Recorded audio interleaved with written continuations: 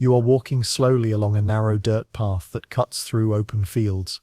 It is early morning, and the air smells faintly of damp soil and crushed leaves. Around you stretch small plots of land, each one carefully tended, each one planted not for beauty but for survival. In medieval Europe, vegetables were not side dishes or minor additions to meals. They were the foundation of daily life, the quiet insurance against hunger, and sometimes the cause of deep suspicion. In this world, agriculture was not a free activity, guided only by seasons and weather. It was watched, regulated, taxed, and occasionally restricted. Certain vegetables, which today seem harmless and ordinary, were at times discouraged, controlled, or even banned in specific regions. Not because they were poisonous or unproductive, but because of what they represented: independence, unregulated nourishment, and knowledge that did not pass through official hands. To understand why vegetables could become controversial, you must first slow your pace and look closely at medieval society. Most people lived close to the land, yet they did not fully control it. Lords owned fields, churches claimed tithes, and towns enforced market rules. What you planted and how much you grew could shape your obligations to those above you. Bread grains like wheat and rye were carefully monitored, but vegetables occupied a stranger position. They were humble and often grown in small garden plots, making them harder to tax and easier to hide. This made vegetables quietly powerful. Root vegetables, such as parsnips, turnips, and carrots, were especially important. They grew underground, invisible to passing inspectors, and could survive colder months. For peasants, these crops offered security. For authorities, they posed a problem. A population that could feed itself without relying entirely on grain markets was less predictable and harder to control during shortages. In some regions, local laws discouraged the expansion of vegetable gardens beyond certain sizes. These were not blanket bans written into grand legal codes, but small rules enforced by manor courts and town councils. A peasant might be fined for using too much common land for private gardening. A household might be warned for selling vegetables outside approved market days. These actions were framed as maintaining order, but they also reinforced dependence. Leafy greens faced their own forms of suspicion. Plants like cabbage, leeks, and onions were staples, especially in northern climates. Yet they were sometimes associated with poverty and disorder. Urban authorities worried about the smells and waste produced by vegetable markets. More deeply, they feared unsupervised trade. Vegetables spoiled quickly, and informal selling allowed people to bypass guild systems that regulated prices and access. Guilds, particularly those controlling bakers and grain merchants, held significant power. Vegetables undermined that power by offering nourishment that did not pass through guild hands. A bowl of cabbage stew could sustain a family without bread. In times of unrest, this mattered. Authorities learned through experience that hunger drove rebellion, but so did self-sufficiency. Monasteries played a complex role in this landscape. Many religious houses cultivated advanced gardens filled with medicinal and edible plants. They recorded growing techniques and shared seeds selectively. While monasteries were respected centers of knowledge, they also competed economically with local growers. When a monastery garden produced surplus vegetables, it could lower market prices, angering merchants and town councils. This led to occasional restrictions on monastic selling, including limits on what vegetables could be sold publicly. The concern was not faith, but fairness and control. Even religious institutions had to submit to local economic balance. Vegetables also carried moral weight. Medieval medical theory, rooted in humoral balance, classified foods by their perceived qualities. Some vegetables were considered cold and moist, thought to weaken the body or encourage improper desires if eaten excessively. Lettuce, for example, was believed to dull passion and induce sleep. This made it suitable for monks, but suspicious for others. When church authorities warned against certain foods, their guidance could easily become regulation. Fasting rules already shaped diets, and vegetables sometimes blurred the line between permitted and forbidden foods. In some communities, eating particular vegetables during certain religious periods was discouraged, not because of doctrine alone, but because of local custom enforced as moral law. Women were often at the center of vegetable knowledge. They tended household gardens, preserved produce, and passed down recipes. This practical expertise existed outside formal institutions. In times of fear, especially during disease outbreaks or social stress, this independence could be recast as danger. Plants used for healing could become suspect. A vegetable grown for medicine might be viewed as secretive or improper. if it avoided official channels. Records from manor courts occasionally mention disputes over gardens, seeds, and produce. These entries are brief and dull, listing fines and warnings. Yet behind each line is a tension between survival and authority. A family growing too many onions might not intend defiance, but the act itself challenged a system built on controlled scarcity. The idea of banning vegetables as a broad concept did not exist in the medieval mind. Instead, restrictions appeared as small, local decisions. A town might forbid the sale of certain greens within its walls. A lord might limit garden sizes. A market might exclude unregistered sellers. Each action seemed minor, but together they shaped what people ate and how freely they lived. As you stand in that imagined field, the sun rising slowly, you can sense how quiet these struggles were. No banners, no speeches, just soil, seeds, and rules. Vegetables did not cause revolutions, but they softened hunger and created options. And options, even small ones, made authorities uneasy. If common vegetables offered a form of quiet independence, how did people respond when those options were narrowed further during times of crisis and scarcity? And what choices were left when gardens themselves became contested ground?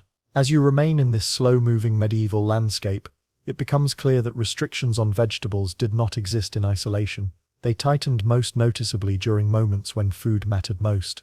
Famine years, harsh winters, and waves of disease forced authorities to look closely at what people ate and how they obtained it. In these moments, vegetables shifted from humble sustenance to objects of concern. Grain shortages were the central fear of medieval governments. Bread riots had taught lords and city councils that hunger could quickly turn into unrest. When harvests failed, officials attempted to stabilize prices by controlling grain stores and regulating markets. Yet vegetables existed outside these systems. A family with a productive garden could survive without buying bread for long periods. This independence complicated efforts to manage scarcity through centralized control. During prolonged shortages, some authorities actively discouraged private gardening beyond household use. Records from certain towns describe orders against expanding garden plots into shared land or fields reserved for grain. The reasoning was practical on the surface. Grain fields fed cities and paid taxes. Vegetables fed individuals. In times of crisis, priority went to crops that could be measured, collected, and redistributed. You can imagine the tension this created. A peasant household might quietly increase its turnip patch to survive winter. To an official, this looked like neglect of grain obligations. The act of choosing roots over wheat could be interpreted as defiance, even if survival was the only goal. Vegetables also became suspect during outbreaks of disease. Medieval medicine struggled to explain illness, and food was often blamed. Certain vegetables were believed to trap moisture in the body or corrupt the humors. During plague years, authorities sometimes issued guidance against eating raw greens, claiming they weakened resistance to illness. While some advice was practical, much of it reflected fear rather than evidence. Markets responded quickly to these beliefs. Vendors selling leafy vegetables could be pushed out or restricted during health crises. This was not always framed as a ban, but the effect was similar. Fewer stalls, fewer buyers, and increased pressure to conform to approved foods. For the poor, this narrowed already limited choices. Religious influence deepened these patterns. Church teachings emphasized discipline and moderation, especially in times of hardship. Vegetables associated with pleasure or excess were frowned upon. Even common foods like onions or garlic could be criticized for stimulating the senses too strongly. These ideas filtered into local rules through sermons and community pressure rather than formal law. In monasteries, vegetable gardens continued to flourish, but access was tightly controlled. Monks followed dietary rules that emphasized restraint, yet their gardens were often among the most productive. Seeds and techniques were shared cautiously. Knowledge itself was regulated. A peasant learning advanced cultivation methods from a monastery could be seen as stepping outside their social place. This brings you to a quieter form of control. Not all restrictions were written or enforced by fines. Many operated through custom and expectation. A villager might know which vegetables were acceptable to grow openly, and which were better kept discreet. A woman tending herbs might avoid discussing certain plants to prevent suspicion. Silence became a survival strategy. Women in particular bore the weight of these unspoken rules. Household gardens were their responsibility, and so was food preparation. They decided which vegetables to plant, harvest, and preserve. In doing so, they shaped family survival. Yet this authority existed without official recognition. When things went wrong, such as illness or crop failure, that same responsibility could turn into blame. Court records from later medieval centuries include cases where women were accused of improper gardening or suspicious use of plants. While these cases were rare, they reveal underlying anxiety about unregulated knowledge. A vegetable used as a remedy might be acceptable until it worked too well or outside approved contexts. Trade added another layer. As towns grew, vegetables traveled farther. Foreign produce introduced unfamiliar varieties. These new vegetables sometimes faced resistance simply because they were unknown. Authorities worried about their effects on health, markets, and tradition. Banning or restricting unfamiliar vegetables was an easy way to maintain stability. You can see this in port cities, where imported foods arrived alongside goods and ideas. A new root or green might be labeled foreign and undesirable. This protected local growers, but also reinforced suspicion of change. Stability mattered more than experimentation. Despite all this, vegetables never disappeared from medieval life. They adapted. People adjusted planting times, chose less visible crops, and shared seeds quietly. Gardens moved closer to homes, hidden behind walls. Knowledge passed within families rather than communities. This resilience is easy to overlook because it left little written record. Authorities documented violations, not daily success. Yet survival depended on these small acts of persistence. A family that managed to store dried peas or cellar turnips could endure a harsh season without drawing attention. As time passed, some restrictions softened. Population growth required more diverse food sources. Towns recognized the value of vegetables in preventing starvation. Slowly, regulations shifted from discouragement to management. Markets created designated spaces for vegetable sellers. Guilds adapted to include produce trade.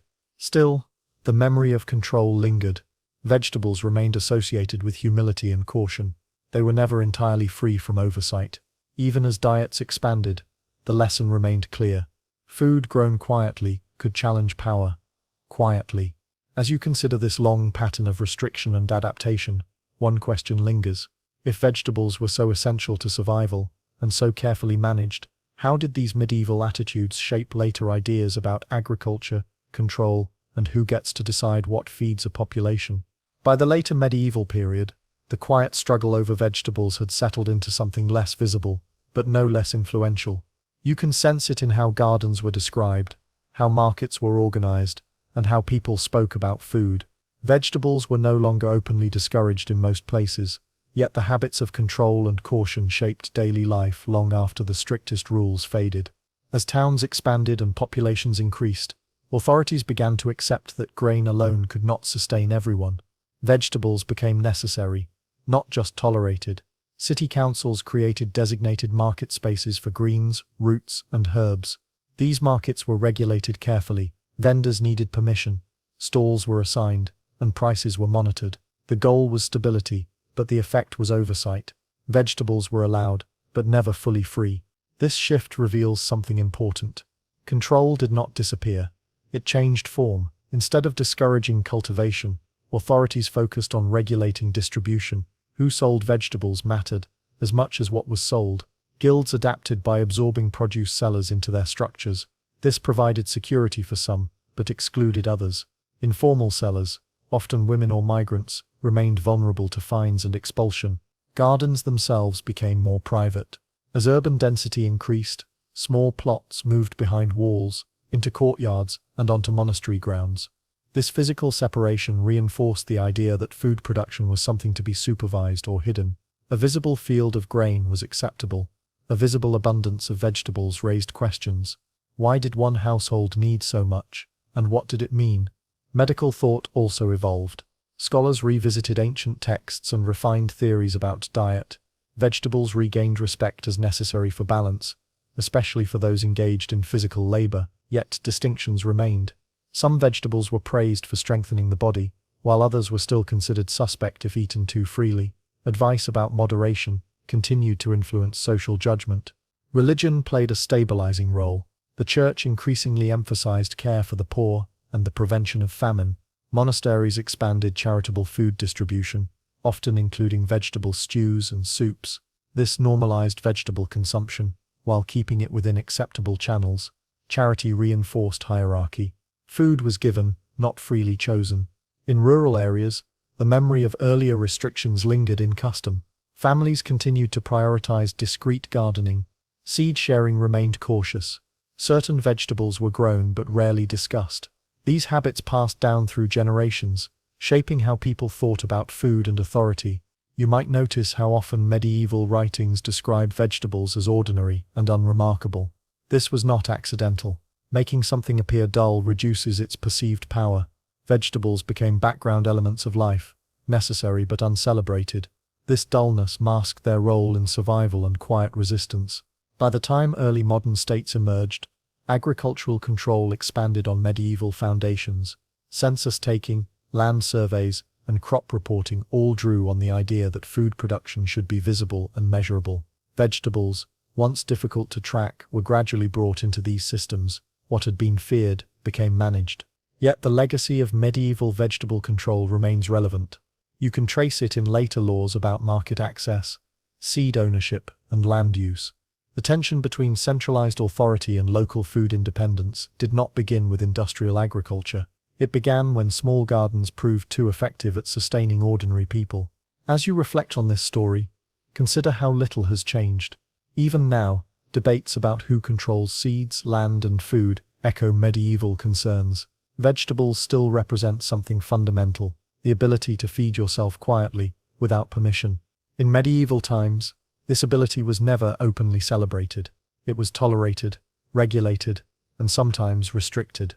But it endured, carried in soil under fingernails, and seeds passed hand to hand. As you drift away from this period, you are left with a final thought. If such simple plants once unsettled kings, councils, and churches, what does that suggest about the power of ordinary choices, and how might those quiet decisions continue to shape history long after the rules that tried to contain them have faded? You are now moving away from open village fields and into a quieter, enclosed world. Stone walls rise gently around you, not as defenses against armies, but as boundaries of routine and discipline. Inside these walls lies one of the most important yet least celebrated food systems of the medieval world, the monastery garden. At first glance, it seems peaceful and unremarkable. Narrow paths divide neat beds of soil. Vegetables grow in orderly rows. There is no urgency here, no shouting or bargaining like in a market. Yet this calm space quietly shaped how entire cities survived hunger, illness, and instability. Monasteries were among the most reliable producers of food in medieval Europe.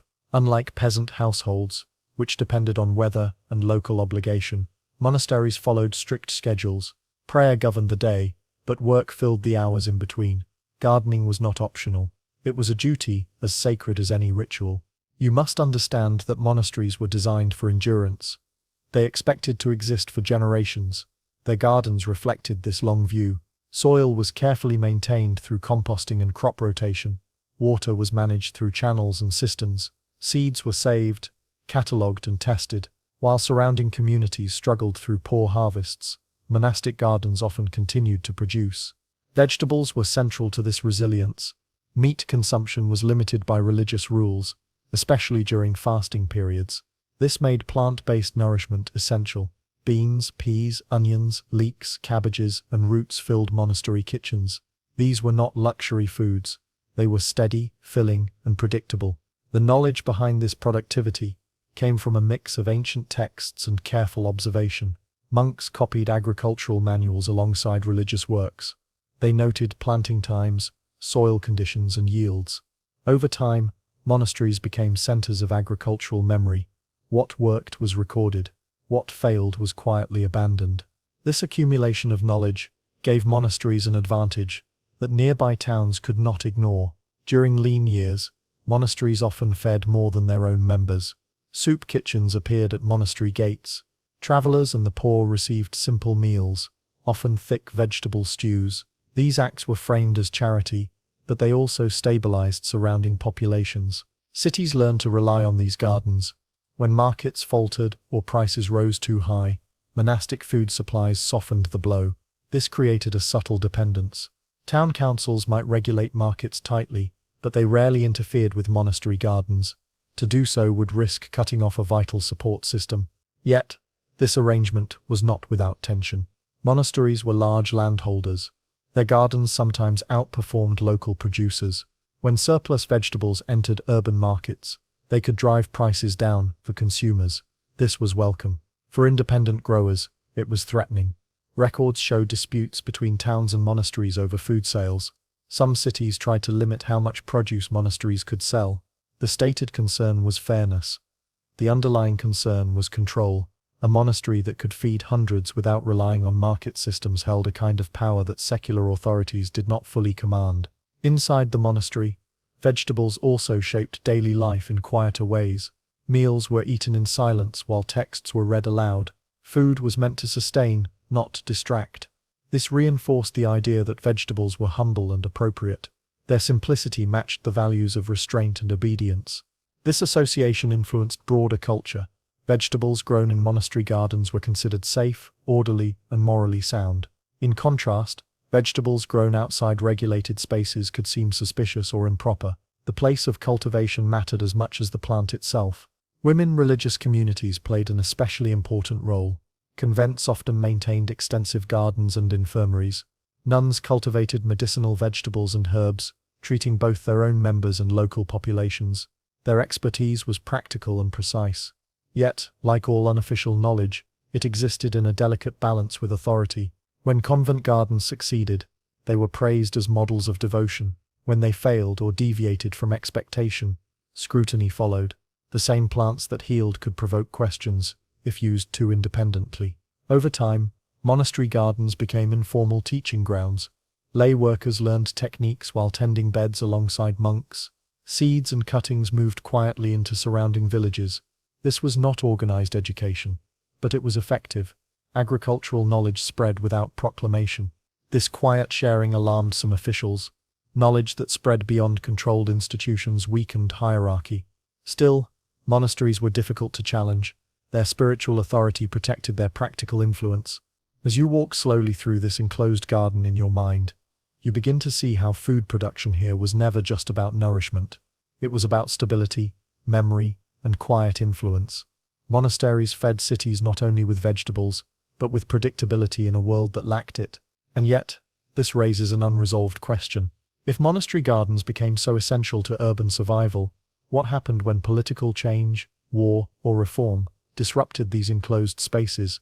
And how did cities respond when the walls that protected their hidden food sources began to crack? As you remain within the walls of the monastery, time begins to move differently. Days follow a predictable rhythm, marked not by urgency, but by repetition. Bells signal prayer, labor, meals, and rest. Within this rhythm, the garden becomes more than a source of food. It becomes a stabilizing force, quietly absorbing the shocks that ripple through the outside world. When war approached a region, fields were often the first casualties. Armies trampled crops, seized grain stores, and disrupted trade routes. Towns that depended on surrounding farmland quickly felt the strain. Markets emptied, prices rose, and fear spread faster than hunger. In these moments, monastery gardens took on a new significance. Protected by walls and respected by many armed groups, monasteries were often spared the worst destruction. While not immune to violence, they were less frequently targeted than open fields or merchant caravans. This relative safety allowed gardens to continue producing even when the countryside suffered. Vegetables harvested quietly within cloistered spaces became lifelines. You can imagine the slow procession of townspeople approaching monastery gates during such times. They did not come seeking luxury, only sustenance. A bowl of bean soup, thick with onions and greens, could mean the difference between survival and decline. These meals were simple, repetitive, and nourishing. Their predictability calmed as much as their calories sustained. Yet this role created tension. As reliance on monastic food increased, so did scrutiny. Secular authorities began to take a closer interest in how monasteries managed their resources. Questions arose about hoarding, distribution, and fairness. If a monastery had food while the city starved, should it be compelled to share more? In some regions, agreements were formed. Town councils negotiated with abbots, setting expectations for charitable distribution during crises. These arrangements were informal but powerful. They acknowledged that monastery gardens were part of the broader food system, even if they existed outside market control. This integration did not come without cost. Increased obligation, reduced monastic independence, Gardens once cultivated solely for internal needs, now had external expectations attached to them. Decisions about planting and storage had to consider not just monastic rules, but civic pressure. Inside the monastery, this shift was felt quietly. Gardeners adjusted crop choices, favoring reliable vegetables that could be stored or stretched into large meals. Beans and peas became more prominent. Root vegetables were planted in greater quantity. Diversity gave way to dependability. This practical adjustment reveals something important. Monastic gardens were not static. They evolved in response to social demand. While religious texts guided daily life, experience guided planting decisions. Survival required adaptation, even within walls built for permanence. Knowledge exchange intensified during these periods. Lay workers, hired or volunteering during shortages, learned cultivation techniques firsthand. They carried this knowledge back into the city and countryside. Composting methods, seed-saving practices, and crop rotation spread quietly through observation rather than instruction. Authorities noticed this diffusion. While they valued increased food resilience, they worried about loss of oversight. Agricultural knowledge, once concentrated in controlled spaces, was becoming more widespread. This mirrored earlier anxieties about private gardens and self-sufficiency. Medical practice further complicated the picture. Monasteries often maintained infirmaries where diet played a key role in treatment. Vegetables were prescribed carefully according to prevailing theories of balance. During illness outbreaks, monastic dietary advice carried weight. What monks served in soup lines influenced what people believed was safe to eat. This influence extended beyond nutrition. It shaped trust. Food prepared within monastery walls was seen as clean, disciplined, and morally sound. In contrast, market food during crises could be viewed with suspicion.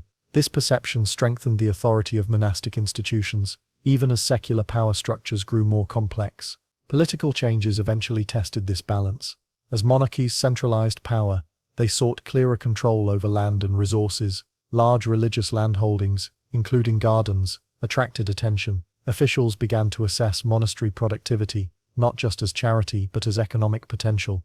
Taxation entered the conversation. While monasteries often enjoyed exemptions, these were challenged during periods of fiscal strain. Governments wanted access to reliable food producers. Vegetables grown quietly within cloisters became part of broader calculations about national stability. For monks and nuns, this external interest was unsettling. The garden, once a space of contemplation and labor, now felt observed. Records had to be kept. Surpluses explained, charity justified. The simplicity of tending soil grew entangled with politics. Despite this, monasteries continued to feed cities, often without recognition. Their contribution remained intentionally understated. Public acknowledgement could invite interference. Quiet efficiency was safer than visible success. As you stand again in that orderly garden, you sense the weight of these pressures. The soil holds more than plants. It holds expectations, dependencies, and unspoken negotiations between spiritual life and secular need. This leads to another, unresolved thought. If monastery gardens became deeply woven into urban survival, what happened when religious authority itself came under challenge? And how did cities cope when the trusted hands that tended these enclosed fields were forced to loosen their grip? As time moves forward, the walls that once protected monastery gardens begin to feel less certain. You can sense a shift in the air, not sudden, but steady. Authority changes slowly, and when it does, it rarely announces itself clearly. For monasteries, the change came not from the soil, but from the world pressing closer to their gates. Political centralization altered the balance that had long allowed monastic gardens to function quietly. Kings and regional rulers sought clearer oversight of land, labor, and production. What had once been tolerated as spiritual independence increasingly appeared as economic autonomy. In an age of growing bureaucracies, anything unmeasured felt suspicious. Monastery gardens were productive, reliable, and largely self-managed. This combination attracted attention. Officials began requesting inventories. How much land was under cultivation? What crops were grown? How much surplus existed? These questions transformed gardens from spaces of devotion into units of production within a broader system. At the same time, religious reform movements challenged the moral authority of monasteries themselves. Critics argued that religious houses had grown too wealthy, too comfortable, too removed from their original purpose. Gardens, once symbols of humble labor, were recast as evidence of excess. In regions affected by reform, monasteries faced restrictions, restructuring, or dissolution. When a monastery closed, its garden did not simply vanish, land was reassigned, often to nobles or civic authorities. The knowledge embedded in that space, however, was harder to transfer. Cities felt the loss immediately. Soup lines ended, predictable supplies disappeared, markets, already strained by population growth, struggled to compensate. The absence of steady vegetable production exposed how dependent urban survival had become on these enclosed spaces. You can imagine the confusion. People accustomed to receiving simple meals now faced uncertainty. New systems had to emerge quickly. Town councils expanded oversight of private gardens. Allotments were encouraged or restricted depending on political priorities. Control replaced trust. Some former monastic gardeners found work elsewhere. They carried skills into secular estates and urban plots. Composting methods, planting schedules, and seed selection lived on in fragments. Yet without the structure that preserved and shared knowledge systematically, much was lost. This loss reshaped attitudes toward food. Vegetables, once associated with stability and moral order through monastic care, became ordinary commodities. Markets filled the gap imperfectly. Prices fluctuated. Quality varied. The calm predictability of monastery gardens was replaced by negotiation and uncertainty. Ironically, this transition reinforced earlier patterns of control. Authorities, remembering the stabilizing role of monasteries, attempted to recreate oversight through regulation. Markets were standardized. Production was monitored. Food became increasingly bureaucratic. For ordinary people, this meant fewer quiet assurances. Survival depended more heavily on compliance with systems rather than personal or communal resilience. Gardens still existed, but they were smaller, more regulated, and more visible. As you reflect on this shift, it becomes clear that monastery gardens were never just about vegetables. They represented a balance between independence and obligation, between quiet labor and public need. When that balance broke, its absence was deeply felt. The legacy of these gardens persists subtly. Modern ideas about institutional food provision, charitable kitchens, and agricultural record-keeping trace their roots to these enclosed spaces. The medieval monastery garden helped shape how societies think about feeding populations responsibly. And yet, something was lost that could not be legislated back into existence. The trust placed in quiet competence. The belief that stability could grow slowly behind walls, tended by hands unseen. As you drift away from the cloistered paths and into the wider world of history, one final question lingers. When societies replace quiet, trusted systems with visible control and oversight, do they gain security, or do they trade resilience for order, without fully realizing what has been surrendered? You now step away from stone walls and enclosed paths and into open countryside that stretches farther than the eye can comfortably follow. The land is uneven, marked by hedges, footpaths, and scattered plots, claimed by families whose names rarely appear in records. This is the world of the peasant, where survival depends less on theory and more on what can be coaxed from the soil year after year. Here, seeds matter more than tools. A seed is not just potential food, it is memory, inheritance, and quiet defiance all at once. In medieval Europe, peasants were expected to grow what their lords required. Grain dominated these expectations. Wheat, barley, and rye were measurable, taxable, and essential for feeding armies and cities. Vegetables existed in a different category. They were tolerated, sometimes encouraged, but rarely prioritized by those in power. This difference created space, and in that space, peasants learned to protect what mattered most. Seeds were saved carefully. A portion of each harvest was set aside, not for eating, but for the next season. This practice seems ordinary now, but in the medieval world it carried risk. A poor harvest could tempt a family to consume seed stock. Doing so meant survival in the short term and danger in the long term. Choosing not to eat seeds required restraint and faith in future seasons. Lords understood the importance of seed control. Some estates required peasants to purchase seed grain from lordly stores. This ensured quality, but also dependence. Vegetable seeds, however, often escaped this system. They were small, easily hidden, and exchanged informally. A handful of seeds could be carried in a pocket, sewn into cloth, or tucked into a basket of tools. This made vegetable seeds quietly valuable. They allowed families to maintain a degree of independence, even under heavy obligation. A peasant who lost access to grain could still survive on beans, roots, and greens if seeds were preserved. Authorities recognized this potential, even if they did not always articulate it clearly. Manorial records occasionally mention disputes over seed use. A peasant accused of planting unauthorized crops might be fined or warned. The language used is dry and administrative, but the implications are serious. Planting the wrong thing in the wrong place could be interpreted as neglect of duty. You must imagine the calculations involved. A family knows that planting more beans will feed them better through winter. They also know that grain quotas must be met. Every plot of land represents a choice between obligation and survival. Seeds determine that choice.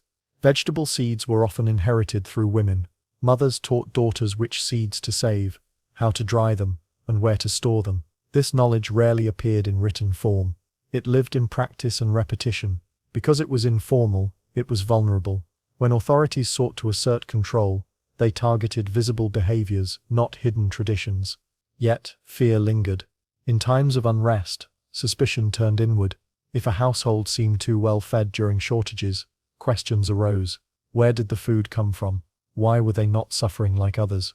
Abundance, even modest, could attract unwanted attention.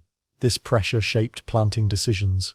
Some vegetables were favored because they drew less notice. Turnips and cabbage were common enough to blend in. Others, especially unusual varieties or foreign plants, were avoided despite their benefits. Obedience was sometimes safer than innovation. Seed sharing created informal networks that crossed estate boundaries. A traveler might carry seeds from one region to another. A marriage could introduce new varieties into a household garden. These movements spread resilience quietly, without permission. Authorities tried to limit this flow indirectly. Market regulations restricted what could be sold openly. Common land usage was monitored more closely, yet seeds remained difficult to police. Their smallness was their strength. Religion intersected with these practices in subtle ways. Church teachings emphasized obedience and acceptance of one's place. Excessive self-sufficiency could be framed as pride, yet the same teachings also valued stewardship and care for family. Peasants navigated this contradiction carefully. Saving seeds was framed as responsibility, not rebellion. During famine years, this balance became harder to maintain. Lords demanded grain deliveries, even when harvests failed. Peasants who withheld grain to plant vegetables instead risked punishment. Some did so anyway, quietly shifting resources to protect future survival. These decisions rarely appear in chronicles. They unfold in silence. A family chooses beans over wheat. A garden expands slightly behind a hedge. Seeds are divided among trusted neighbors. Each act is small, but together they form a pattern of quiet resistance. Over time, authorities adjusted. Some estates encouraged vegetable cultivation to reduce pressure during shortages. This was framed as benevolence, but it also served control. By guiding which vegetables were acceptable, lords reasserted authority over even informal food sources. Still, seeds retained their power. They represented choice in a system built on obligation. A peasant with seeds possessed a future that could not be entirely dictated. As you stand in this imagined field, the wind moving through uneven crops, you sense the weight of these decisions. Survival here is not dramatic. It is deliberate, patient, and cautious. This leaves an unresolved question. If seeds offered peasants a quiet form of independence, how did authorities respond when that independence began to shape communities beyond individual households? And what happened when collective seed knowledge became harder to ignore? As seasons passed and seed saving continued quietly from household to household, something subtle began to change in the countryside. What had once been isolated, acts of careful planning slowly became shared patterns of survival. You can feel this shift not in proclamations or laws, but in the steady confidence with which families faced uncertain harvests.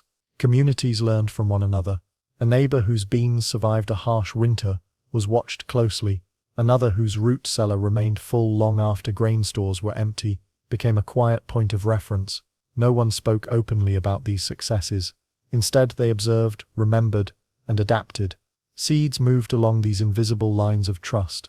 This collective resilience did not go unnoticed forever.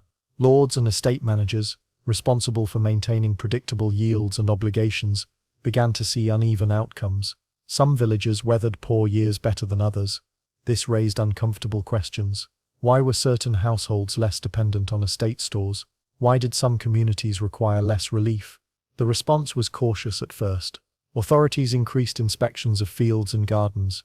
Boundaries were clarified. Common land usage was redefined. These actions were presented as administrative improvements, but their effect was to narrow the space in which informal cultivation could occur. Seed ownership itself became a point of concern.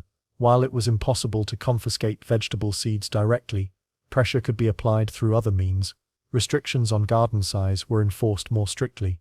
Requirements to plant specific crops on certain plots were reinforced. The message was clear. Choice existed, but only within limits. Peasants adapted again. Gardens became more efficient rather than larger. Mixed planting increased. Vegetables were interwoven with approved crops, making them harder to distinguish. A row of beans could disappear among grain stalks. Root vegetables thrived underground, invisible to casual inspection. These techniques were not written down. They were demonstrated. Children learned by watching parents. Neighbors learned by helping one another during planting and harvest. Knowledge spread through labor, not instruction. This made it resilient. There was no single source to suppress. Women continued to play a central role. Seed storage, selection, and timing often fell under their care. Their authority in this domain was informal but respected. Yet, it was also precarious. When officials sought explanations for unexpected yields or unusual planting patterns, women could become targets of suspicion. In some regions, accusations emerged during periods of stress. A household that consistently avoided hunger might be accused of unfair practices or improper use of land. While such cases rarely led to severe punishment, they reinforced caution. Prosperity had to be modest to be safe. Church influence again added complexity. Clergy preached acceptance of hardship as part of spiritual discipline. At the same time, they encouraged care for family and community. Peasants listened carefully, selecting which lessons to emphasize. Saving seeds was framed as stewardship rather than defiance. During widespread famines, this framing became harder to maintain. Authorities demanded unity and compliance. Collective strategies that reduced dependence on central stores threatened that unity. In response, some estates organized communal planting schemes. These directed what vegetables could be grown and how harvests were shared. On the surface, these schemes appeared cooperative. In practice, they restored oversight. Seed distribution was centralized. Planting schedules were standardized. Individual experimentation declined. Survival was shared, but choice was reduced. Some peasants welcomed this stability. Others quietly resisted by maintaining private seed stocks alongside communal ones. This dual system allowed compliance without surrendering independence entirely. It required careful balance. Too much deviation invited punishment. Too little risked future vulnerability. Over time, seed knowledge began to shape community identity. Certain villages became known for particular vegetables. These reputations were not official, but they influenced trade and relationships. A village with reliable beans might exchange surplus for tools or labor. This informal economy operated beneath formal systems. Authorities struggled to address this without disrupting production. Cracking down too harshly risked famine. Ignoring it risked loss of control. The result was uneasy tolerance. As long as obligations were met, small deviations were overlooked. This tolerance was fragile. Political instability, new leadership, or external threats could harden attitudes quickly. What was acceptable one year might be punished the next. Peasants learned to read these shifts carefully. Planting decisions reflected not just soil and weather, but mood and rumor. Seeds thus became instruments of foresight. Choosing which seeds to save was also choosing which future to prepare for. A future of cooperation or concealment, of compliance or quiet independence. As you stand again among these fields, you sense how deeply these choices shaped daily life. Obedience was visible and measurable. Independence was hidden and patient. Both were necessary. This leads to another unresolved thought. When collective seed knowledge became widespread enough to influence entire regions, did it strengthen communities beyond the reach of authority, or did it invite new forms of control designed to reclaim what had quietly slipped away? As generations passed, the quiet management of seeds began to leave deeper marks on the countryside. You can sense it in the way villages endured repeated hardships without collapsing, and in how certain regions became quietly reliable while others faltered. What began as household caution matured into something broader, shaping relationships between peasants, lords, and the land itself. Authorities eventually recognized that seed knowledge could not be eliminated. Too much depended on it. Instead, They sought to absorb it. Estate managers began recording which crops performed well in particular soils. Lords encouraged specific vegetables that reduced pressure on grain stores during shortages. What had once been informal was gradually folded into official planning. This incorporation came at a cost. Once seed choices became visible, they became regulated. Approved vegetables were promoted. Others were discouraged through subtle means. Access to land, labor obligations, and protection could all hinge on compliance. Independence narrowed, but it did not disappear. Peasants adapted once more. They complied publicly and preserved privately. Official fields reflected approved crops. Household gardens maintained diversity. Seeds were still saved, but more carefully. Storage became more secretive. Sharing became more selective.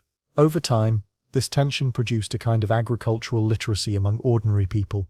They learned not only how to grow food, but how to navigate power, which seeds to show, which to hide, when to innovate, when to conform. These skills were transmitted alongside agricultural knowledge. Children learned caution as well as cultivation. A successful harvest was not just about yield, it was about balance. Too little invited hunger, too much invited scrutiny. In regions where authority weakened, such as borderlands or areas affected by conflict, seed independence flourished briefly. Communities relied heavily on vegetable diversity. These periods demonstrated the potential of decentralized food systems. They also attracted attention once stability returned.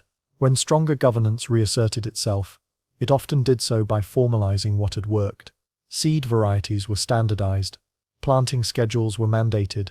What had been resilient through diversity was reshaped into uniformity. This shift reduced uncertainty for authorities, but increased vulnerability for communities. Uniform systems performed well in good years, and failed dramatically in bad ones. The memory of older practices lingered. Some families quietly preserved seeds that no longer fit official plans, just in case. These hidden reserves became lifelines during later crises. When standardized crops failed, forgotten varieties sometimes succeeded. Their survival depended on generations of quiet preservation. As medieval society moved toward early modern structures, this pattern repeated, control expanded, resistance adapted. Seeds remained central, their smallness continued to protect them. Looking back, you can see how peasants shaped history without appearing in it. Their decisions rarely entered chronicles, yet their persistence influenced population stability, economic resilience, and the limits of authority. The price of obedience was dependence. The reward of caution was survival. Between these extremes, ordinary people navigated carefully, season after season. You now enter the narrow streets of a medieval town, where stone buildings lean toward one another, and the air carries the mixed scents of smoke, damp wood, and food. Life here moves according to rules posted at gates, read aloud in markets, and enforced by officials whose authority rests on order rather than land. In this setting, even something as ordinary as a cabbage could become a matter of law. Urban centers depended on predictability. Unlike villages, towns produced little of their own food. They relied on surrounding countryside and regulated markets. Any disruption to this flow threatened not just hunger, but unrest. Vegetables, especially bulky ones like cabbages, leeks, and onions, arrived daily in carts and baskets. They were visible, perishable, and difficult to control. Town councils responded with regulation. Market days were fixed.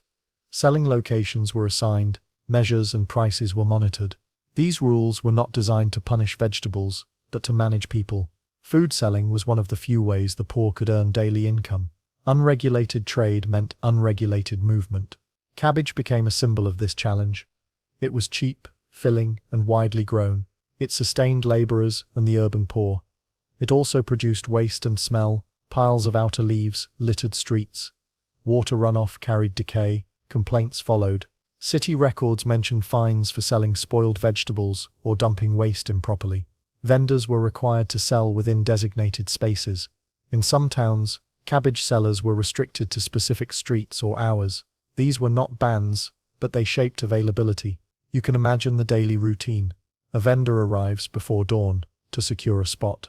An official inspects produce. Prices are set. Buyers line up. Everything appears orderly, yet tension simmers beneath. A missed payment, a late arrival, or an extra basket could result in confiscation. Urban order depended on visible compliance. Cabbage sellers were easy targets. Their goods were large and obvious. Unlike grain merchants, they lacked guild protection. Many were women or migrants with little legal standing. Authorities justified regulation as hygiene and fairness. Yet control over vegetables also meant control over the poor. Limiting where and when cheap food could be sold shaped daily movement and behavior. Some towns experimented with outright restrictions during crises. When shortages loomed, councils might limit cabbage sales to certain days to prevent hoarding or speculation. This created queues and frustration. Still, officials preferred visible scarcity to uncontrolled abundance. Cabbage laws reveal how urban life transformed food into policy. What fed bodies also shaped streets. Vegetables were no longer private choices. They were public matters. As you stand in this crowded market, watching baskets pass from hand to hand, one question remains unresolved. When regulation intended to maintain order begins to shape survival itself, how do ordinary people adapt without breaking the fragile peace of the city? As the town grows more crowded, the stakes for vegetable regulation increase. You can feel the subtle tension in the air. Vendors competing for space, buyers negotiating small amounts of produce, and officials walking slowly through the streets, eyes scanning for infractions. The cabbage, so ordinary in the countryside, has become a focal point of urban life, a barometer of social order and control. City councils relied on several mechanisms to manage the flow of vegetables. One of the most important was the market charter, a legal document that outlined who could sell when and under what conditions. These charters were precise, specifying the types of vegetables allowed, the weights of baskets, and even the layout of stalls. A vendor caught outside the designated zone could face fines, confiscation, or public warning. The reason for such detailed oversight was practical. Cabbages are bulky, heavy, and slow to move. They can rot quickly if left unsold. Streets clogged with unsold or spoiled vegetables created hazards and complaints from residents. Worse, unregulated trade could allow speculation. A vendor hoarding cabbage during shortages could drive prices up and spark unrest. You can imagine how the urban poor experienced this. Many relied on daily markets for sustenance. They could not store large quantities of food, and irregular supply meant constant vulnerability. Regulation imposed predictability, but also limitation. If the council restricted cabbage sales to certain streets or days, buyers had to plan carefully or risk going without. Guilds played a smaller but significant role in vegetable oversight. While bakers, butchers, and grain merchants maintained formal guild structures, cabbage vendors were largely excluded. This lack of protection made them more vulnerable to fines or harassment. The result was a market where the poorest participants, often women and migrants, operated under constant pressure, balancing compliance with survival. Waste management added another layer of complication. Outer cabbage leaves, roots, and spoiled heads had to be disposed of somewhere.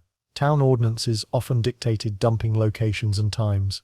Vendors failing to follow these rules could face severe penalties. In some cities, streets were deliberately swept and cleaned during market hours, creating additional stress for those trying to sell quickly. Despite these challenges, urban residents adapted. Buyers learned which vendors were reliable. Sellers developed methods to conceal slightly damaged vegetables or to stretch portions for multiple customers. Families grew small kitchen gardens within city walls whenever possible, cultivating herbs, onions, or a single cabbage plant in hidden courtyards. These gardens were unofficial, sometimes illegal, but essential for survival. At the same time, authorities were forced to compromise. Cabbage was too important to restrict completely. Its affordability and nutritional value made it indispensable for the urban poor. The solution was controlled tolerance. Allow vegetable trade, but channel it into spaces and times that minimized disruption. This compromise created a delicate balance between order and subsistence. Seasonal shifts intensified the dynamic. Winter brought scarcity and increased oversight. Summer offered relative abundance and slightly more freedom. Yet even in times of plenty, the underlying tension between private survival and public control remained. Cabbage, once a simple field crop, had become a symbol of how ordinary food could be politicized and managed. Medical and cultural perceptions reinforced the control. Vegetables were praised for their sustaining qualities, but excess was cautioned against. A diet dominated by cabbage and other greens was sometimes viewed as weakening or morally suspect. Officials and clergy alike emphasized moderation, framing compliance with both moral and civic authority. By observing this interplay of markets, regulation, and daily life, it becomes clear that cabbage laws were more than about vegetables. They were about shaping urban behavior, preserving order, and subtly directing choices in a crowded and vulnerable environment. And yet, a lingering question remains. When ordinary vegetables become tools for maintaining social control, how do individuals navigate the thin line between survival, compliance, and quiet resistance, especially when every decision about food carries both practical and political weight? Time moves forward, and the patterns established around vegetable regulation begin to solidify. Streets once chaotic with vendors, carts, and pedestrians gradually fall into predictable rhythms. Market days are followed religiously. Officials patrol consistently. The ordinary cabbage has been transformed from a simple food to a marker of social order, its presence and absence shaping daily life in subtle ways. You can see the effect in the behavior of residents. Buyers arrive at specific times, carrying exact amounts of coins or baskets. Vendors arrive early, aligning themselves with designated spaces and schedules. Even the urban poor develop routines to maximize efficiency and minimize risk. Compliance is not always voluntary, it is survival. Guilds, though largely excluding vegetable sellers, continue to influence the system. Their oversight of related trades, bread, flour, and meat, reinforces control over how the poor obtain nourishment. Vendors must navigate a patchwork of regulations, balancing the need to feed themselves and their families against the constant presence of authority.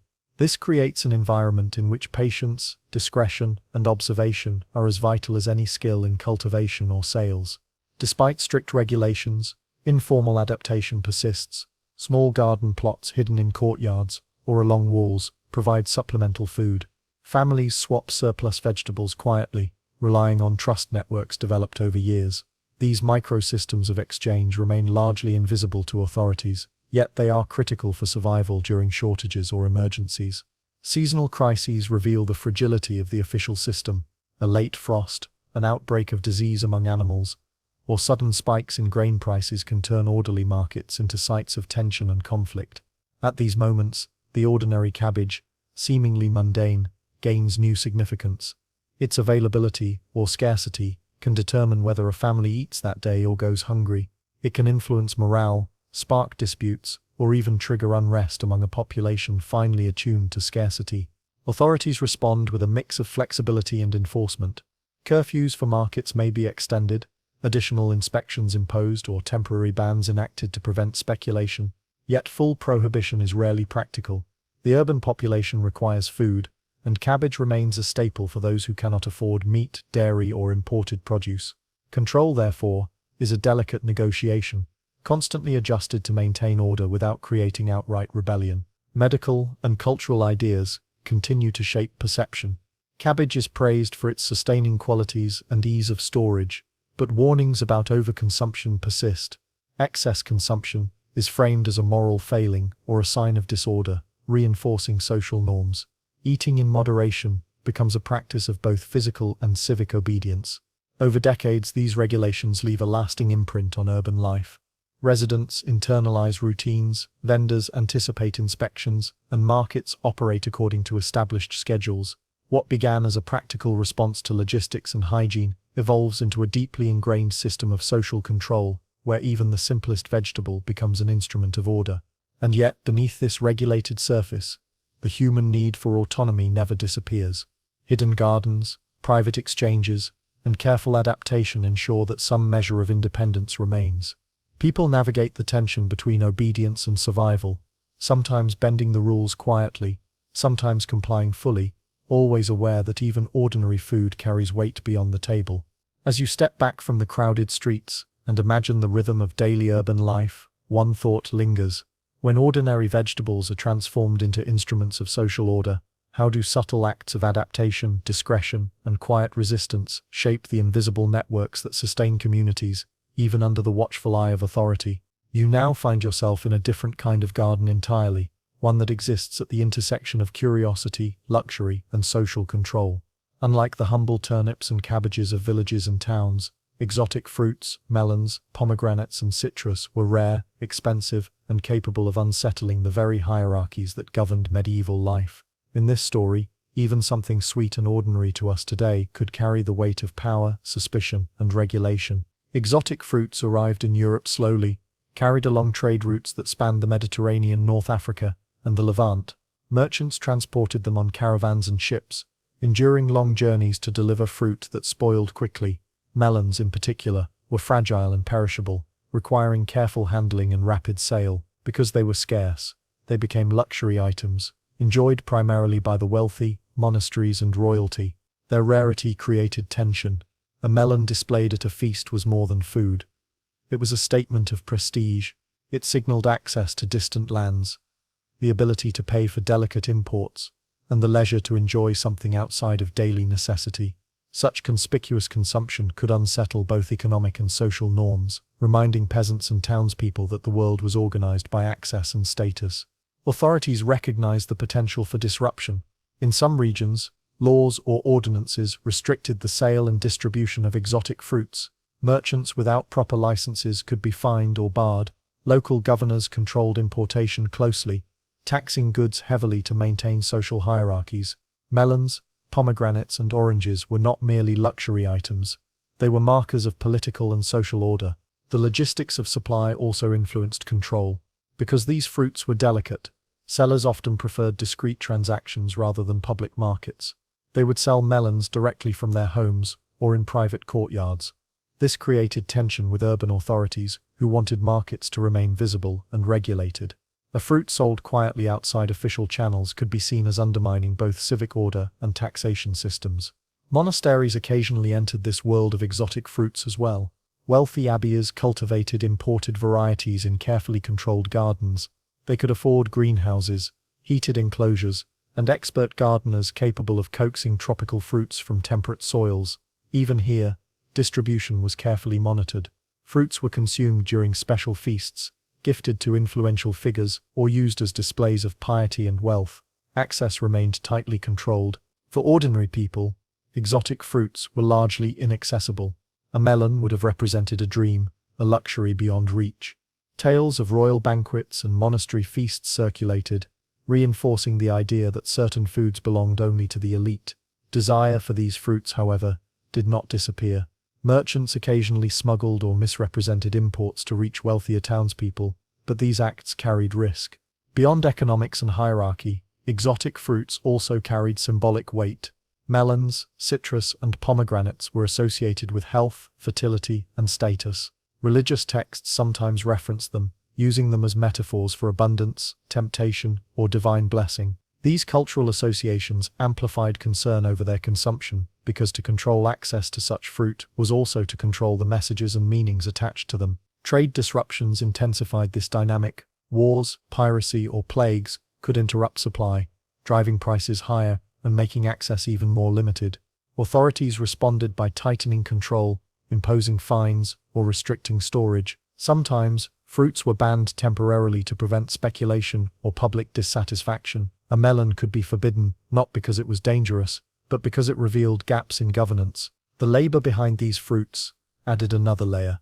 Growing exotic plants required specialized knowledge. Seeds were rare and valuable. Propagation demanded care and patience. Those who mastered cultivation held a form of expertise that could challenge the assumption that only elites could access certain foods. Knowledge itself became a resource, regulated as strictly as the fruit it produced. As you picture these gardens and marketplaces, it is striking how a single type of fruit could ripple across medieval society. What seems mundane to us, sweet flesh within a rind, once represented power, control, and inequality. It was ordinary in essence, yet extraordinary in social significance. And yet, one question remains unresolved.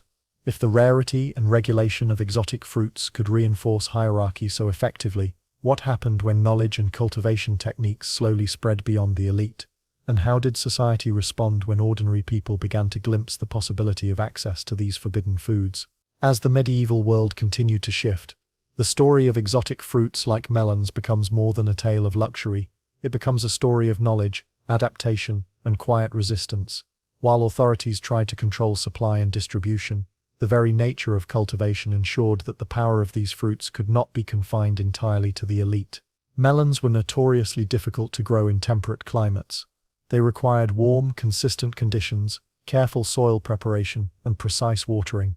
Only a few estates, monasteries, or wealthy households could provide the expertise and infrastructure necessary for successful cultivation. Greenhouses and heated enclosures, though rudimentary, allowed some ambitious growers to experiment with fruit that would otherwise perish in cooler months.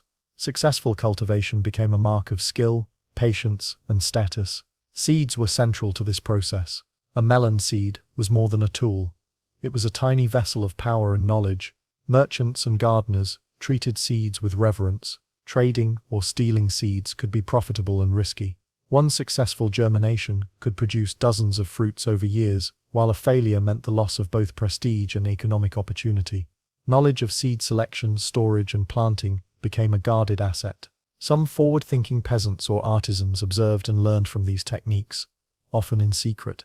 Courtyards behind walls, discreet allotments, and hidden gardens provided space to experiment with new crops. While the elite maintained public control over the most valuable fruits, knowledge gradually trickled down. Small successes spread cautiously through trusted networks of neighbors and family. A melon seed planted in a hidden plot could slowly become a shared resource, challenging assumptions about exclusivity. Urban authorities faced challenges in this context. Public markets could not easily regulate what happened behind walls. A wealthy merchant growing melons privately might be invisible to inspectors, yet capable of trading or gifting fruit in ways that undermined perceived social order. This tension prompted some cities to issue more detailed ordinances. Licenses, inspections, and fines were implemented for cultivation, storage, and sales of exotic plants. Yet enforcement was imperfect.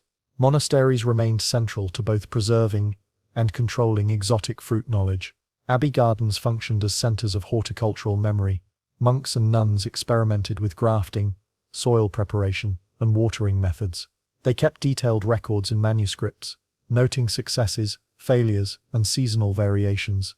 Yet, even within cloistered walls, some experimentation pushed boundaries. Fruits were occasionally distributed beyond official channels, either as charity or as gifts to influential visitors. These quiet acts allowed knowledge to spread further than authorities intended. The social implications of this diffusion were subtle but significant. Ordinary people, artisans, merchants, and enterprising peasants began to glimpse the possibility of growing fruits once thought reserved for royalty. Even if production was small, the mere knowledge that cultivation was possible eroded the perceived monopoly of elites. Awareness alone could be empowering, suggesting that hierarchical barriers in food access were not as rigid as they appeared. Cultural narratives reinforced the fascination and anxiety surrounding exotic fruits. Melons were described in literature, songs, and chronicles as symbols of abundance, temptation, and rare delight. To consume one was not only to enjoy a sweet taste but to engage, however subtly, with social meanings, wealth, sophistication, or moral caution. The symbolic weight of fruit heightened the stakes for regulation and secrecy. A forbidden melon was not just a culinary treat, it was a small challenge to authority. Trade continued to play a key role. Merchants traveling from Mediterranean ports brought seeds, cuttings, and occasionally fruits themselves. They formed the link between regions capable of cultivation and markets hungry for novelty. Prices fluctuated wildly, based on scarcity, season, and political stability. Control over distribution became as much about economics as morality, revealing the interconnectedness of knowledge, labor, and authority. Despite these efforts to maintain hierarchy, cracks appeared. Knowledge of cultivation spread unevenly, social aspirations adjusted, and the demand for exotic fruits encouraged experimentation. Gardens that were once private became semi-public laboratories. Successes were discreetly shared, failures carefully hidden. The power of a simple seed, tiny, perishable, and easily overlooked, demonstrates how ordinary people could quietly participate in shaping social and economic landscapes. As you visualize this hidden world of careful planting, guarded seeds, and experimental gardens, one thought remains unresolved. If the control of exotic fruits depended as much on secrecy and knowledge as on wealth and power, what happens when that knowledge inevitably escapes? And how does society respond when the forbidden becomes achievable for those once excluded? Time marches forward, and the quiet persistence of knowledge begins to challenge the carefully maintained hierarchies surrounding exotic fruits. What was once a privilege of the wealthy, or the cloistered walls of monasteries, slowly becomes more widely attainable, revealing both the resilience of ordinary people and the limits of authority. By the late medieval period, greenhouses and heated enclosures, though still rare, were no longer solely the province of royalty. Wealthy merchants, urban elites, and ambitious monasteries began experimenting with melons and other exotic fruits. Each success reinforced the lesson that careful cultivation, patience, and understanding of plant cycles could outweigh sheer wealth.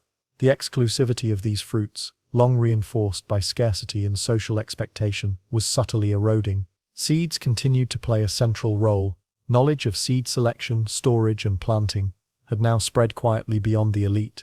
Hidden gardens, backyard plots, and even roof terraces in towns became sites of experimentation.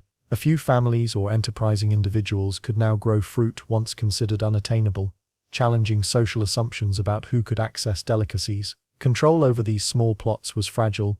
Inspectors, taxes, or inquisitive neighbors could disrupt efforts. But the principle was established: skill mattered, not just status. Authorities struggled to maintain monopoly over exotic fruit. Ordinances were revised, licenses required, and markets inspected, but enforcement remained uneven. Fruits grown behind walls, in hidden gardens, or on private land could evade regulation. Each successful cultivation reminded society that hierarchy depended as much on perception as reality. The knowledge itself became a tool of subtle resistance, demonstrating that ordinary people could expand their choices within a system that sought to limit them. Cultural perception also shifted. Melons and other exotic fruits retained their symbolic weight, but stories circulated of successful cultivation beyond elite circles. This narrative inspired curiosity, ingenuity, and imitation. A fruit that once signified inaccessibility now hinted at possibility. Patrons and gardeners, observing and experimenting, subtly blurred the lines between exclusive privilege and accessible achievement. Trade adapted to these changes. Merchants began offering seeds and cuttings to wider markets, carefully balancing risk and reward. Knowledge that had once been guarded became partially commercialized. Even so, secrecy remained important. Spreading techniques too widely could attract regulation or diminish value. Communities learned to negotiate this tension, sharing enough to survive or thrive while avoiding scrutiny. Monasteries, despite losing some control, continued to serve as centers of horticultural knowledge. Manuscripts, records, and experience preserved techniques that would otherwise vanish. Their role shifted from monopolists of exotic fruit to curators of cultivation wisdom, quietly supporting a wider diffusion of skills.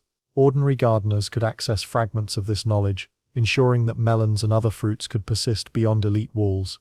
By the end of this era, the forbidden nature of melons was no longer absolute. They remained rare, but attainable through skill, observation, and patience. Authority still dictated market behavior and social expectation, yet the tension between regulation and innovation highlighted a key lesson: knowledge could redistribute power quietly, without open conflict.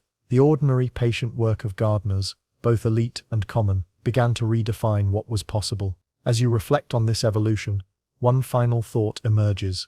When scarcity, regulation, and secrecy are challenged by patience, skill, and observation, society is forced to adapt. The forbidden melon, once a symbol of hierarchy, becomes a symbol of quiet empowerment, leaving us to wonder, how often does real power in history lie not in wealth or law, but in the careful, persistent application of knowledge over time? You now enter the streets of a medieval city in the grip of tension, where the smell of burning wood mingles with the aroma of bread, freshly baked yet scarce.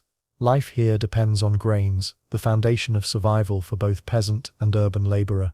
Yet even this staple, seemingly mundane, can become the spark for extraordinary events when scarcity and authority collide. Medieval cities relied heavily on consistent grain supplies.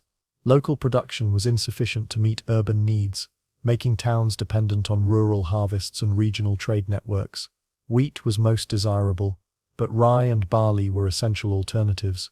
Bakers, millers, and merchants operated under strict regulations, both to protect consumers and to secure predictable tax revenues. Failure anywhere along this chain threatened not only hunger but civil stability.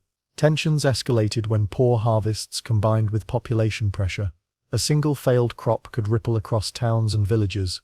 Grain prices would rise, and ordinary people, those without reserves or connections, faced immediate risk. Hunger made patience scarce. Fear and frustration grew in parallel, like roots entwining beneath the cobblestones, unseen until they surfaced in anger. Authorities attempted to manage this risk through a complex web of market oversight, price controls, and regulation of trade. Bakers were required to sell bread at fixed weights and prices. Mills were monitored to ensure fairness. Grain merchants faced taxes and scrutiny. Enforcement was inconsistent, leaving gaps that could create both opportunity and resentment. Within this context, ordinary bread became a symbol of much more than sustenance. A loaf represented predictability, security, and fairness, or the lack thereof. When people perceived injustice in distribution or price, frustration turned to collective anger. Bread was simple, yet politically charged. A shortage could mobilize hundreds, sometimes thousands in protest or riot. You can picture the scenes vividly. Market squares filled with voices demanding fairness. Officials attempted to calm crowds with explanations or promises.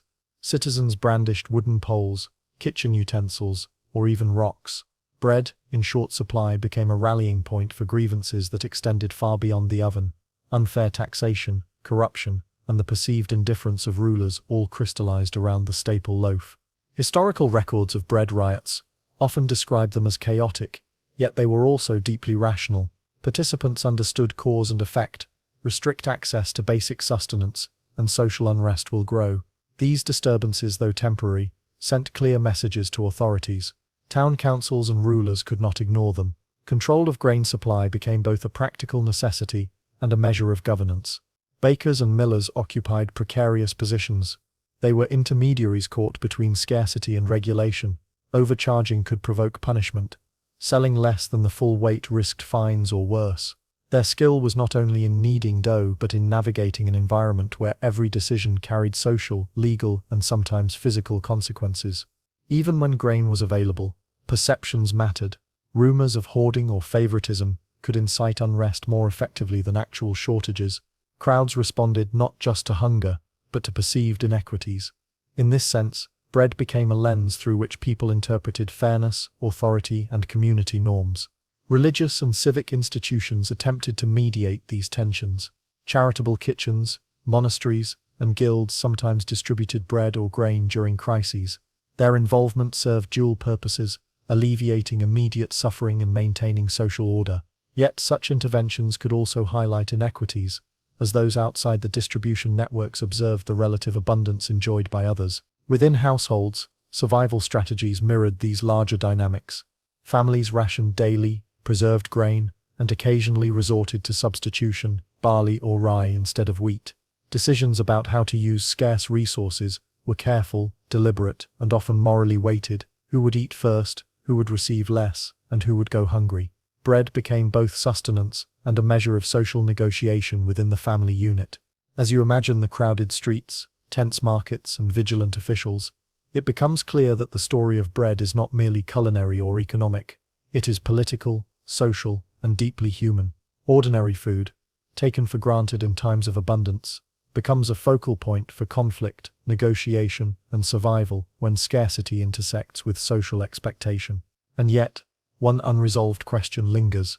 If something as ordinary as bread could mobilize crowds, challenge authority, and threaten civic stability, what mechanisms did societies develop to anticipate, mitigate, and manage such crises? And how effective were they when human patience inevitably wore thin?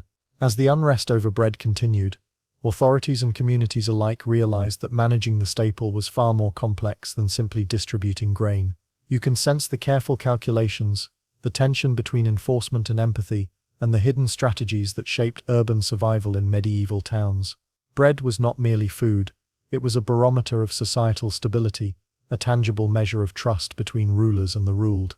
City officials began to develop more structured systems to manage scarcity and prevent riots. Grain warehouses were established in key locations, stockpiled during surplus years to buffer against poor harvests. Inspectors were appointed to monitor both quality and weight of bread sold in markets. Price controls were standardized, with explicit penalties for overcharging or short-measure sales.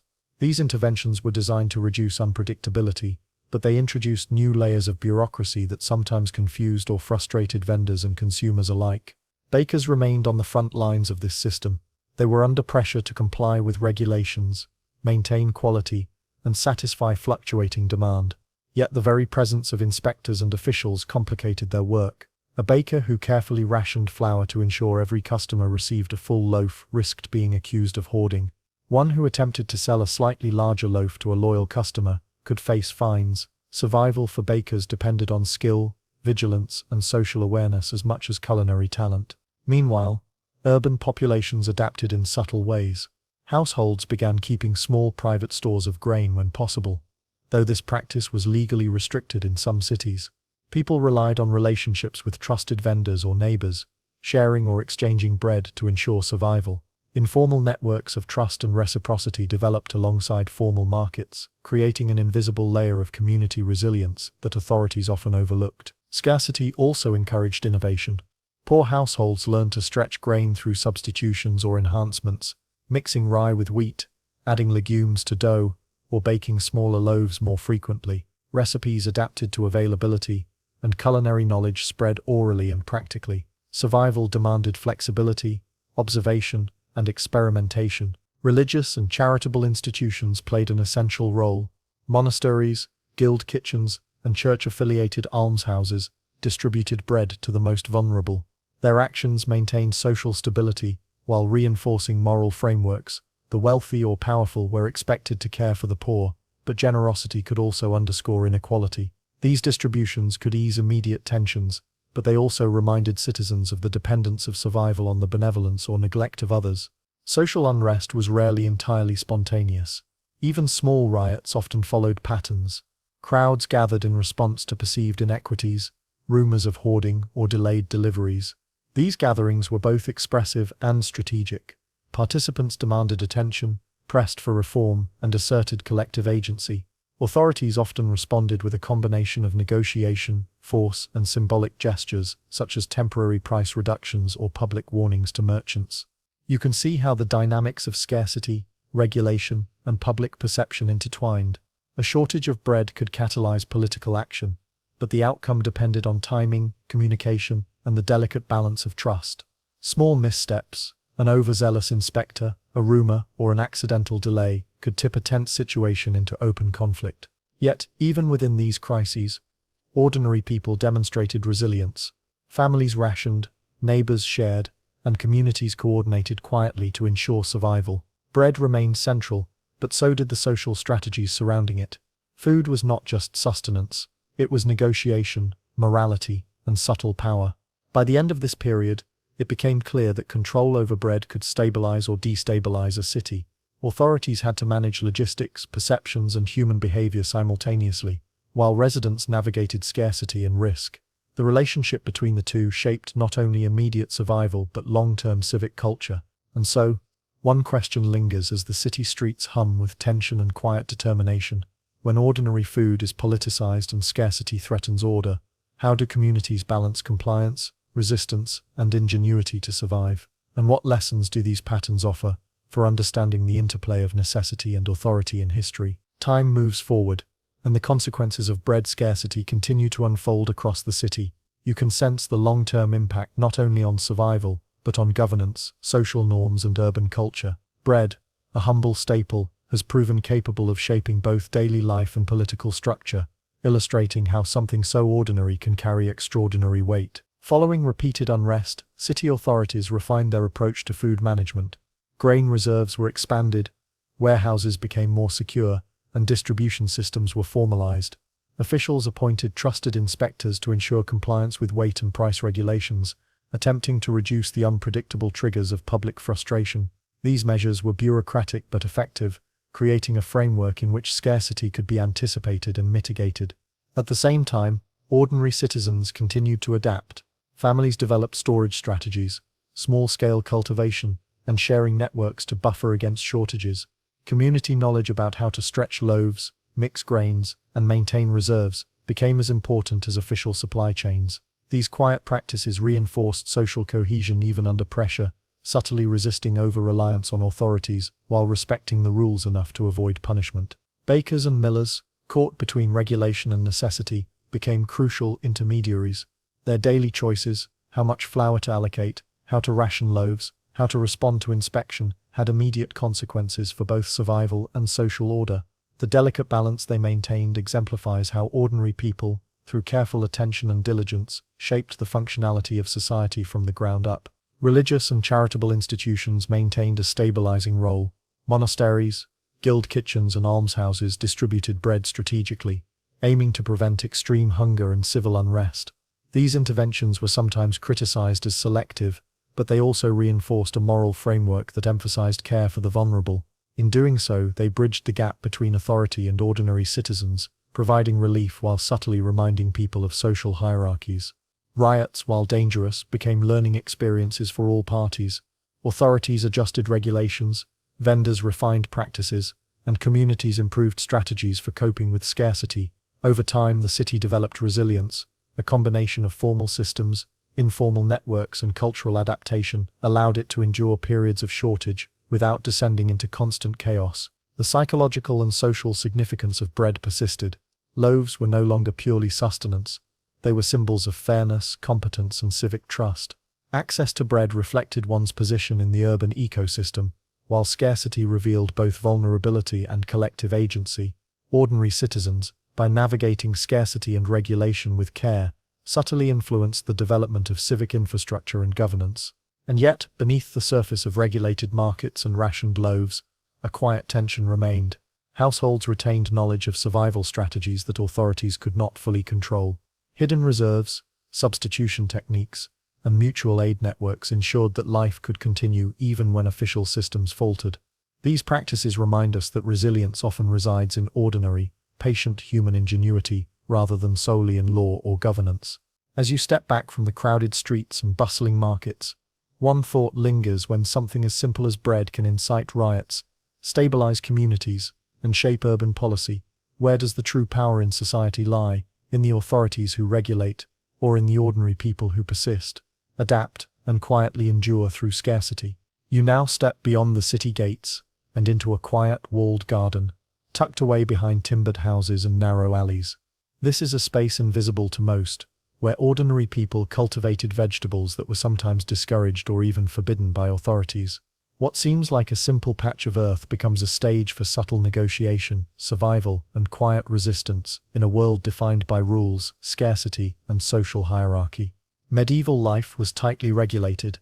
Lords, guilds, and urban authorities dictated what could be grown, where, and in what quantity. Some vegetables were favored because they fit taxation systems or could be easily counted and controlled, like grains or common root crops.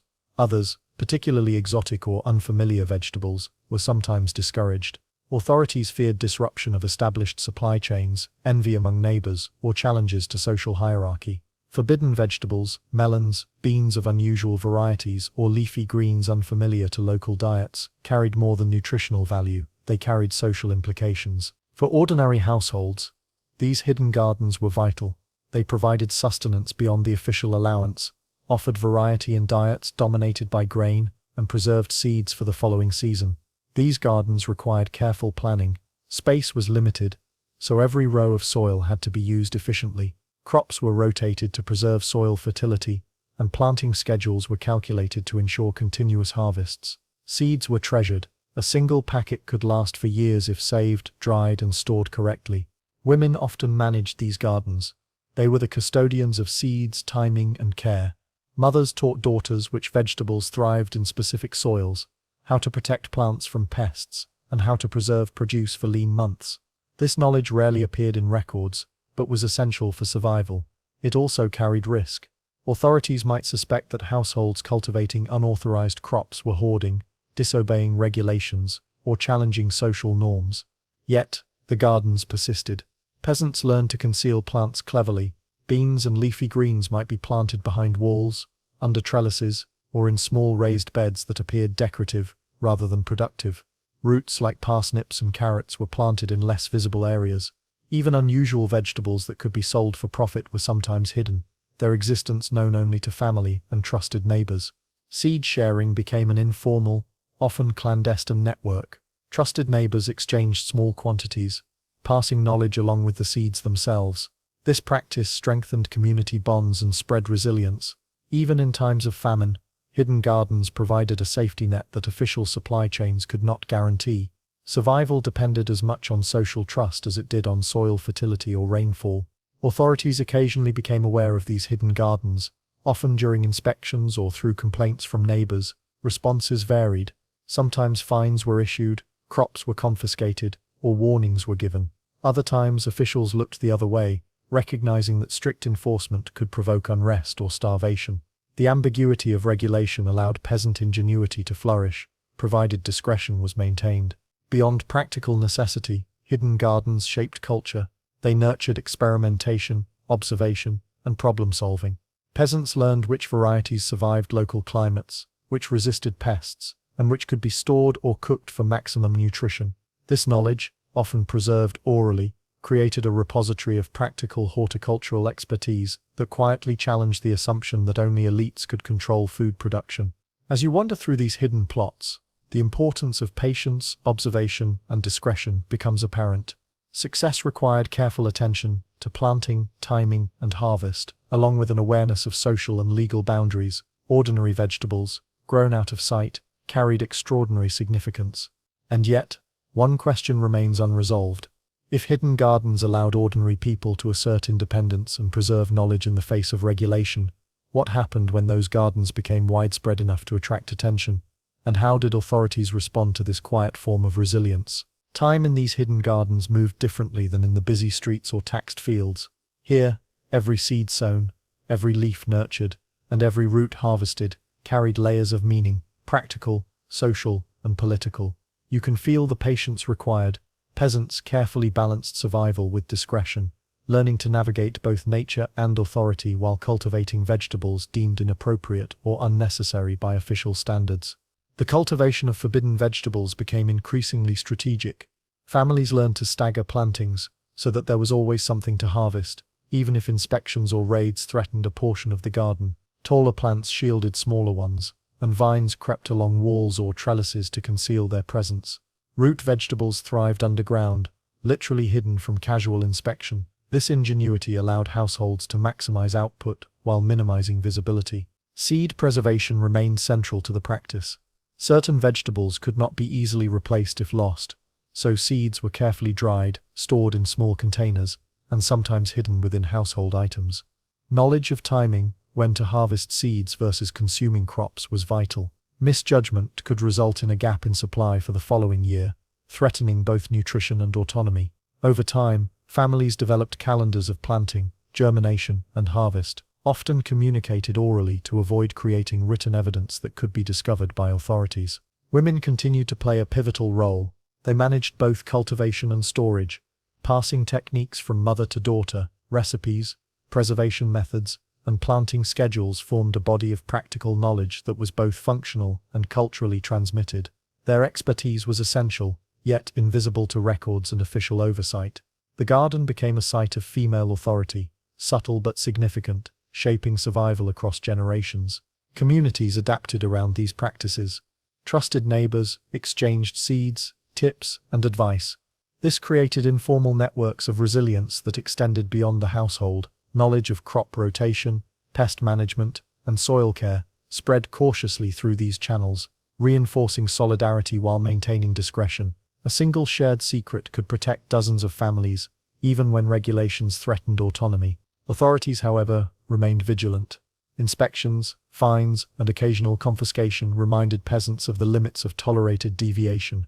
Complaints from neighbors, sometimes fueled by envy, personal conflict, or suspicion, could prompt action. Yet, enforcement was rarely absolute. The cost of fully policing every garden was too high, and the consequences of provoking widespread resistance could be dangerous. This partial tolerance created a delicate equilibrium. Resilience survived, but always under a shadow of potential intervention. Economic considerations also shaped hidden gardens. Some vegetables could be sold discreetly for extra income, especially in times of shortage. A hidden patch of beans or a small vine of melon might supplement family resources, providing both nutrition and cash. Yet this economic opportunity required careful judgment. Overexposure could invite punishment, while careful trade strengthened trust networks and contributed to community survival. Cultural dimensions added depth. Forbidden vegetables were not only practical, they became symbols of ingenuity, independence, and subtle resistance. Stories circulated about clever concealment, successful harvests under scrutiny, or seeds that survived improbable conditions. These narratives reinforced social bonds, transmitted knowledge, and nurtured a sense of empowerment even under constraint. Despite the risks, hidden gardens thrived. Families adapted planting strategies, storage methods, and trade practices to changing circumstances, demonstrating a quiet resilience that often went unrecognized in official accounts. Survival depended not just on soil and weather, but on careful observation, discretion, and intergenerational knowledge. And yet, one unresolved question persists.